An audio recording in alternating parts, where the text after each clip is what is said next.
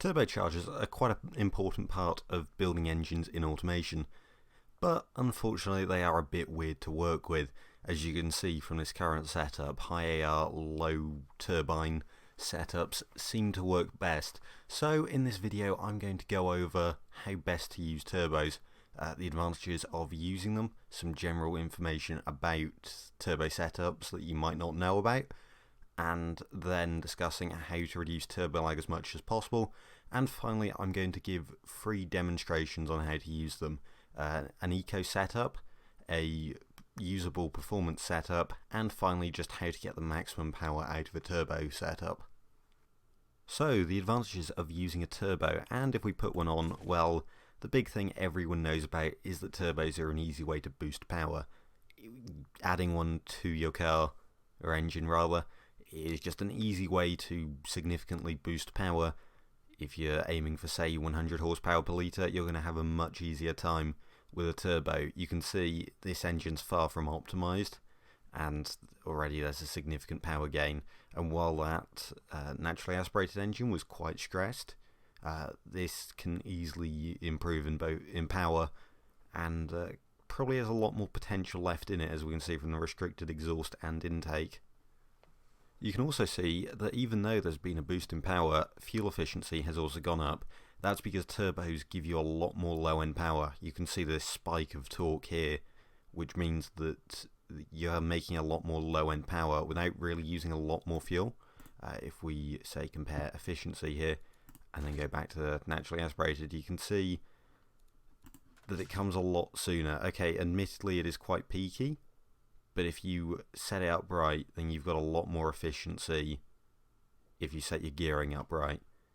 The thing is that it does mean that you have to set up your gearing in a very specific way. You will notice that turbo setups are a lot more finicky with turbos to get better fuel economy.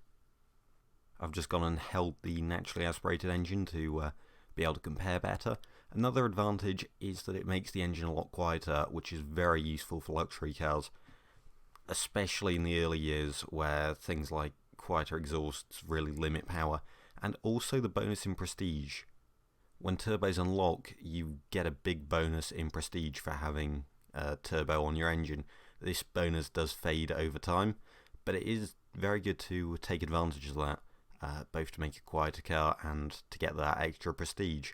So turbos are quite an important thing to have on luxury cars. Admittedly, you can see that turbos do have a lot of drawbacks, most noticeably service costs and engineering time. There's a bit of extra engineering time, and indeed material costs. They also can add quite a bit of weight, although I think you can easily get around that with the amount of power you can get out of it, giving you a better power to weight ratio. And indeed, you do lose some reliability. Things like throttle response is a bit of an issue. I don't think required cooling is too much, considering there's another 60 horsepower. You'd sort of expect to see a bit of a gain regardless. Turbos unlock in 1975, as you can see. If I go down 1 year, they lock. So you can take advantage of them then. Your only option is having journal bearings, which is a bit of a problem, as it means you get loads of turbo lag, as you can see on this setup. Admittedly, it's quite actually an optimized setup there. Lower the AR a bit, because I've got a minimum size turbine. But still, just having journal bearings isn't very good. So potentially maybe just hold off on them until you get ball bearing, which you can see is an easy couple hundred RPM better spool up time, and indeed a bit of a efficiency gain since there's more low end power. When adding a turbo, especially in the early years, it is likely that you're going to have to make some compromises, either by richening up the fuel mixture or lowering the compression ratio. At least that's where I'd expect you to go first, just because they increase octane rating a lot. If we put it off, you can see it drops significantly. So be aware of that and be willing to richen up the fuel mixture, for example, or drop ignition timing just a bit. Obviously, you'd have to play around with it quite a bit to find the optimal setup, but you will have to make some compromise, or just switch the fuel you're using to something with a higher octane rating if you're using a turbo in the early years, you're probably going to be quite comfortable doing that anyway, because the car will likely be quite high-end, quite prestigious, and the people who were buying those cars can afford the fuel for it. Turbo quality doesn't really do a whole lot. You can see that there is a slight benefit in spool up time, but overall there isn't really a lot to gain from it. A bit of a weight reduction, and sometimes you can get a bit of a power gain. But yeah, as you can see, there's not a huge change. The only thing you might notice is an increase in engineering time. Production units stay near enough identical. Really, there's no point adjusting turbo quality. I'd say it's probably the worst quality slider in the entire game, since it just doesn't really do a whole lot. Another neat thing you might not be aware of is that if you have enough boost, you can actually get past the AFR limit. As you can see here, we've got a limit of 12.5 on this turbo setup, and after a certain amount of boost, as you can see, we can go to 11.8. We've got a warning saying the engine is running too rich, and we're getting a performance reduction. But if we start adding more boost, you can see power's increasing, and that warning goes away before we start getting warnings about the crank going boom, which is not ideal.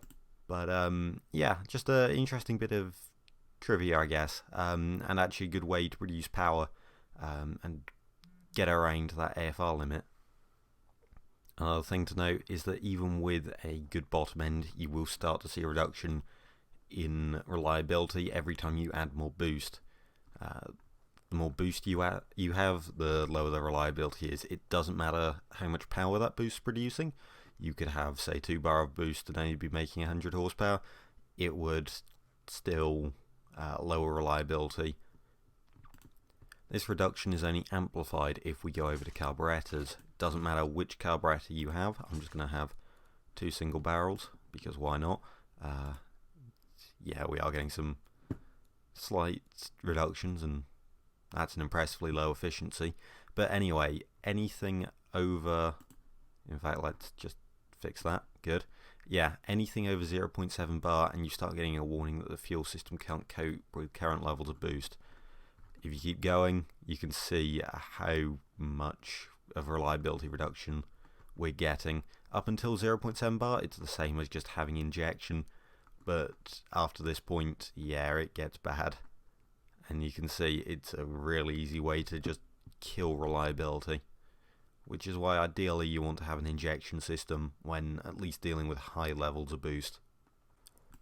So now that we've gone over some basic turbo information, let's talk about how to make turbo engines good. As you can see here, this engine's quite good. The turbo spools up quickly at 2600 RPM, and it then just has a nice increasing power curve, revs decently well, and that's a thing you'll notice with turbo engines. You can get this nice wide power band as long as you set them up right. What you don't really want ever is a really peaky late spooling turbo. For example, if I just make this a lot bigger, and well, I suppose it isn't really fair to show it as a highlight, but you see this. I see a lot of people saying, well, no, it's got a nice smoother torque curve, power curve, so it must feel a lot nice to drive. No, what it just means is that you have no power most of the time, and you've really got to rev it to go anywhere. And at that point then, you've got terrible fuel economy because you're always revving it, and just in general, your performance isn't going to be very good. It's not going to be very drivable. So the first thing when you're setting up a turbo is to ignore the presets. If I go to a performance preset here, we're just going to hold it. You can see here that they've sort of balanced the turbine and the AR ratio. No, you don't want to do that. What you want to do is start off with your turbine set to minimum size and AR set to 1.4. Once you've done that, what you want is your compressor to be at least a little bit more restricted than your turbine. So in this case, we're just going to increase the turbine size a bit and maybe the compressor a bit. And you can see we're producing a bit more power. The turbo is spooling up even quicker. These high AR low turbine size is the best setup, basically. Whenever you're setting up an engine, you want the compressor to be bigger than the turbine by a fairly significant amount, and you want AR to be at 1.4 at all times, unless your turbine is at minimum size, but I'll get into that with the demonstration of a fuel economy engine. Another thing to note with the intercooler size, really you want to be sort of 50% bigger. You always want your intercooler to be free flowing. You never want it to restrict it, as that's just losing power basically. But then sort of where you go is up to you really. I like to try and maximize power a bit, but there is a point where you're just like adding so much weight and not gaining anything, so probably around about here is where I'd go. I quite like that because the peak power comes a bit earlier, which is ideal, and you've still got that nice flat thing. But what you don't want to do is just go to the bare minimum there. As you can see, there's a good bit of power we can get out of that still, and that 2 kilograms, I think I'd take 6 horsepower over that, to be honest. Talking about flow, you always want your turbo setup to be restricted. Having an all green setup with compressor and turbine completely clear, you can see you might start making a bit of power. If I just find the limit there, you might start making a bit more power, but I guarantee you can make it spool up quicker with more power, just if you refine this setup a bit rather than just maximize it. Another thing that's your friend here is the torque and boost graph. If you've got a really laggy setup, if your turbos are too big, you'll notice you'll start getting drop off at high RPM, or you might not even reach peak boost. As you can see here, our max boost is 0.96 and we're not even reaching that. So if that's happening, your turbo is too big and you need to make it smaller. Start with the turbine and then go to the compressor, although it does depend on a lot of things. As you can see here, decreasing compressor size means that it's not making boost at high RPM. You want this to be as high as possible for as long as possible. One thing you need to consider when setting up turbos is the amount of cylinders you have compared to the number of turbos you have. On inline engines, well, you've just got the number of cylinders you have to one turbo, but on every other type of engine type, you only have twin turbos. This means that you're going to have some issues, especially on smaller cylinder counts.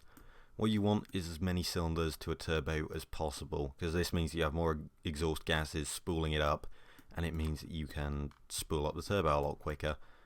Bigger engines are also a bit better with turbo, since, you know, more exhaust gases, bigger valves, things like that. But I think it's best to show it off in the most dramatic case. Inline 4 versus a box 4. That engine didn't hold. Very good. Yeah, you can see what's happening here. The Boxer 4 is by far and away the worst engine, because you have 2 cylinders going into a turbo each. So, yeah, you don't really have enough exhaust gases to spool up the turbo. You can see it here. Look how late the torque wall comes. 4,300 RPM is when it finally gets to peak torque. Yeah, it's not great. It does eventually make more peak power, which you do tend to get on twin turbo engines because they can suck in more air. But when you've got this much lag, 0 to 60 times, it wouldn't surprise me if the inline engine is a lot quicker. And yeah, it's just really difficult to work with them. You'll notice this on V6s as well, and of course Boxer 6s, where if you'll be lucky to make a performance engine spool up before 4,000 RPM. So yeah, try and avoid Boxer 4s, especially Boxer 6s and V6s. They're just not great. To be honest though, engine capacity has just as big as an effect on turbo lag.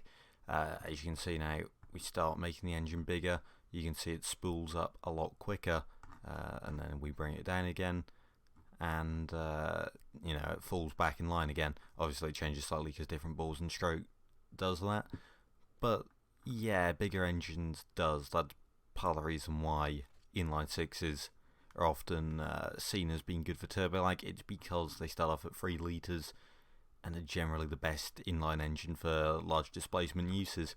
So yeah, if we actually bring this down to 2 litres, I believe it's something like 75 by 75 for a square layout. Yeah, there we go.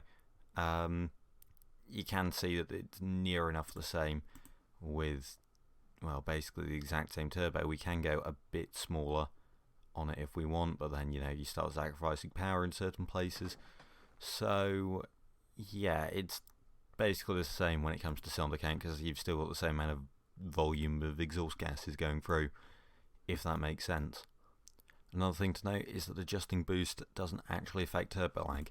If you look here, we start, say, bring down the boost, actually hold the engine, just so that you can see it more clearly. You can see that when we bring it down, it basically follows the same line, although it does actually start to take a bit longer as it gets closer to the top, but it follows the exact same line. It's just that it reaches max boost quicker. So we lower it down to, say, half a bar, and it's not actually spooling up any quicker. It still reaches half a bar in about the same amount of time, in fact slightly quicker when you go past it, but it just, you know, feels quicker, because if you're looking at a boost gauge, it fills up quicker.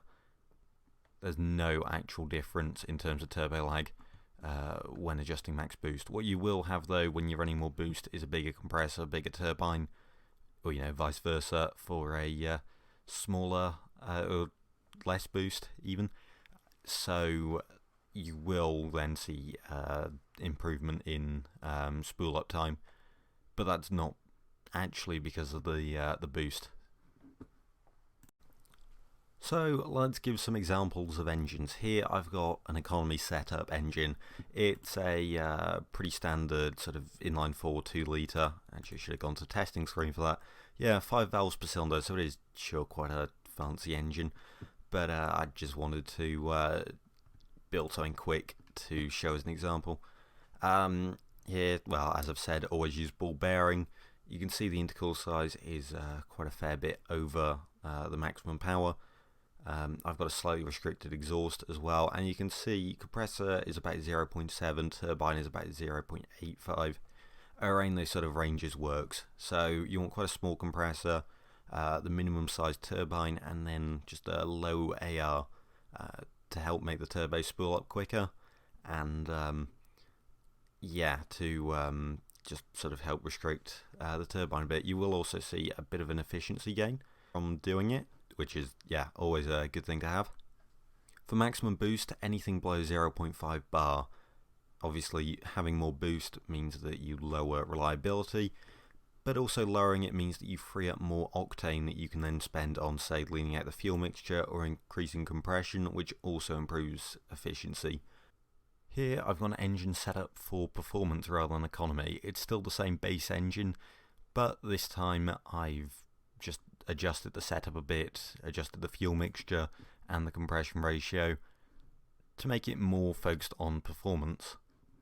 As you can see, we're running a lot more boost. I'd say for a usable performance engine, it depends what sort of level you're aiming for.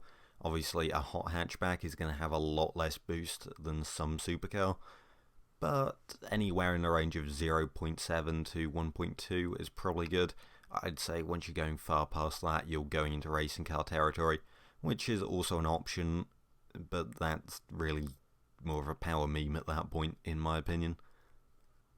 AR should be at 1.4, and you then control the turbine restriction using, well, the turbine size slider, of course. You have a quite big intercooler, as expected, and then compressor size, it really depends on how much turbo lag you're comfortable with. I personally like to sort of restrict the compressor quite a lot, just trying to make it spool up decently quickly, because at the end of the day I do want quite drivable cars with not too sudden of a power surge, but then if you are chasing for that peak power, increasing it a bit, dealing with it quite a bit. What you should never have though is a compressor that's more free flowing than the turbine, because then you really start to notice turbo lag.